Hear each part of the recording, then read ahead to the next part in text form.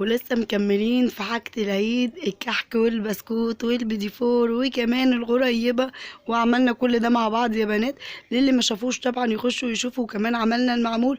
والنهارده هنعمل بقى البيدي فور بطريقة حلوة جدا وبمقادير مظبوطة جدا جدا. بس قبل اي حاجة وكل حاجة، لايك وشير واشتراك في القناة وتفعيل الجرس عشان يوصلكم مني كل جديد واي جديد. وكمان اقول لكم ازاي نعمل بسكوت بالكاكاو وكل حاجة تخص البيدي فور هقولها لكم النهارده، كل حاجه وكل حاجه، وان شاء الله هيطلع معاكي احسن ما بنجيبه من بره. دلوقتي بقى المقادير، وعايزه اقول لكم المقادير كل مره بقول لكم كده.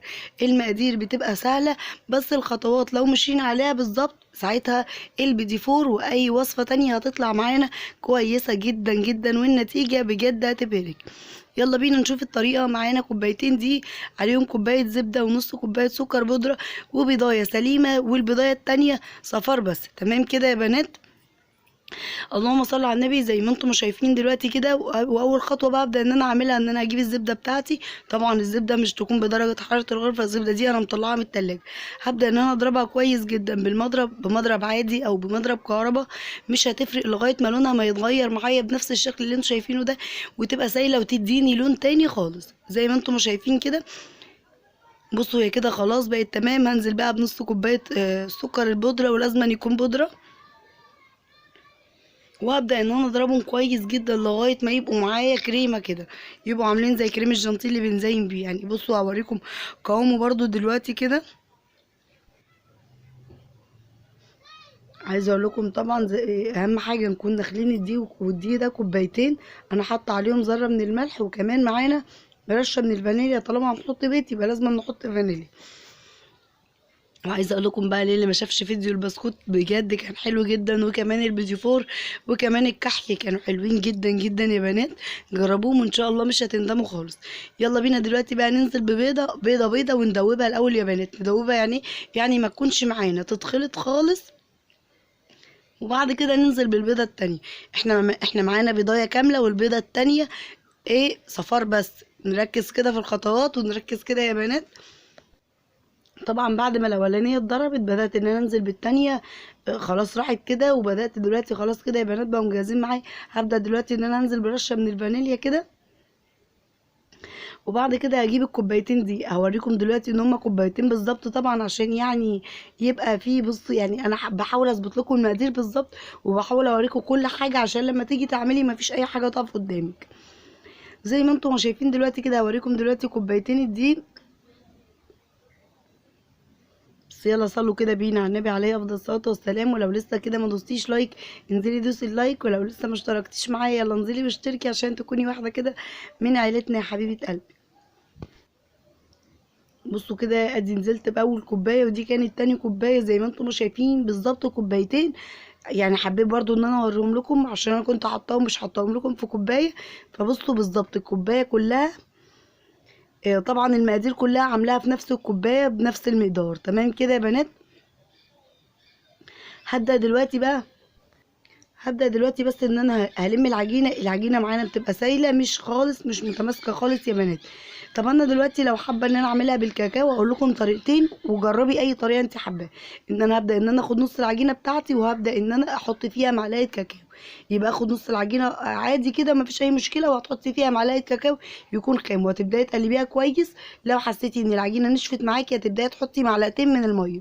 تمام كده؟ دي طريقة، والطريقة دي سهلة وبتبقى حلوة جدا يا بنات. في طريقة تانية ان انا اعمل عجيق، ابدأ ان انا هعمل يعني هبدأ ان انا احط كوباية سمنة. بدل ما احط كوبايتين الدقيق هبدأ ان انا احط كوباية ونص دقيق ونص كوباية كاكاو.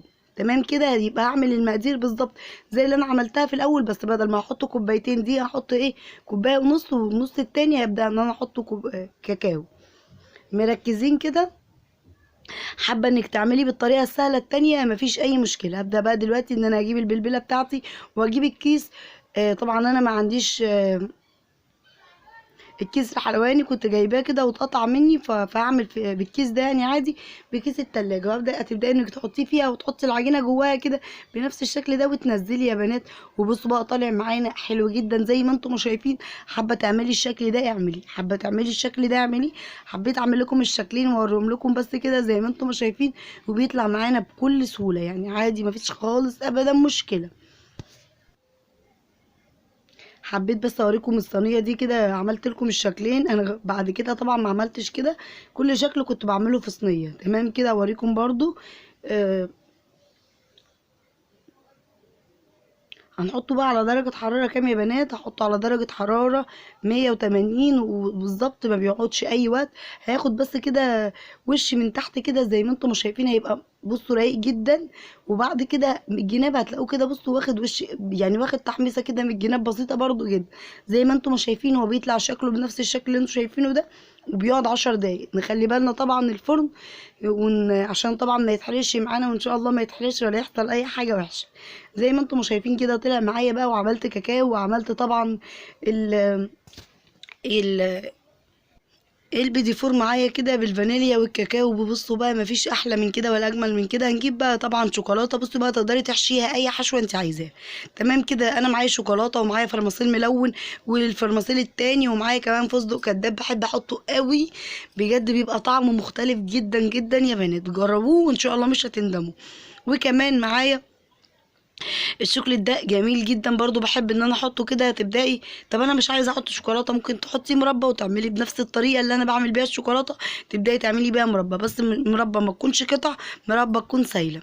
تمام كده. هتبداي انك تحطي المربى في النص او الشوكولاته في النص، وبعد كده هتبداي تنزليها كده نص البيديفور كده معانا. وبعد كده بقى تبداي تحطيه في المصله، تبداي تحطيه في الفستق الكداب، تبداي تحطي فيه زي ما انت ما حابه وزي ما انت ما عايزه. حطي واحده فانيليا وواحده شوكولاته، مثلا واحده فانيليا يعني واحده فانيليا وفيها واحده شوكولاته ممكن، وتحطي كده فوق الفرماسيلا بيبقى جميل جدا يا بنات. ممكن نعمل شكل تاني بقى، والشكل التاني ان انا احط نقطه شوكولاته كده وتحطي عليها من فوقيها كده يا بنات. الشوكليت ده بيبقى جميل جدا جدا صراحه. ويعني عايزه اقول لكم ان يوسف اللي كان عايزه كده بالشكل اللي انتوا شايفينه ده، وكمان هو بقى اللي حب يقول لي حطي كده يا ماما نقطتين بصوا كده، وابدا ان انا احط برده فيهم الشوكليت ده. هو حب الطريقه دي. سبت بقى كام واحده كده. يعني انا فاطمه عندي مش بتحب الشوكولاته قوي، بتحب طبعا يكون ساده كده، فما رضيتش صراحه. يعني عملته زي ما انتم عايزين بقى. ابداي اعملي طبعا اللي اولادك بيحبوه. ده كان الشكل النهائي. كل واحد بقى اختار ان انا اعمل له شكل بقى زي ما انتم مش شايفين كده. اللهم صل على النبي. وابداي بابداعي بقى طبعا لاولادك. عايزه اقول لكم تاني على حاجه يا بنات، وطبعا ممكن نعمله باقل حاجه زي ما انتم مش شايفين كده. يعني لو انتم مش حابين تحطوا في المصله وتحطوا كل الكلام ده، ابداي شكليه زي ما انت ما عايزه. ممكن ما نجيبش شوكولاته ونجيب طبعا ونحط مربى. عايزه اقول لكم ان يوسف اللي كان حابب الشكل اللي هو التاني ده بجد كان عاجبه جدا. وطبعا انا ما صبرتش عليه عايزه اقول لكم، فكان لازم اصبر عليه بس لغايه ما الشوكولاته تنشف، وكان هيبقى جميل. بس انا طبعا اللي كنت مستعجله. ويلا بقى بشكركم طبعا انكم وصلتوا معايا لغايه هنا، والسلام عليكم.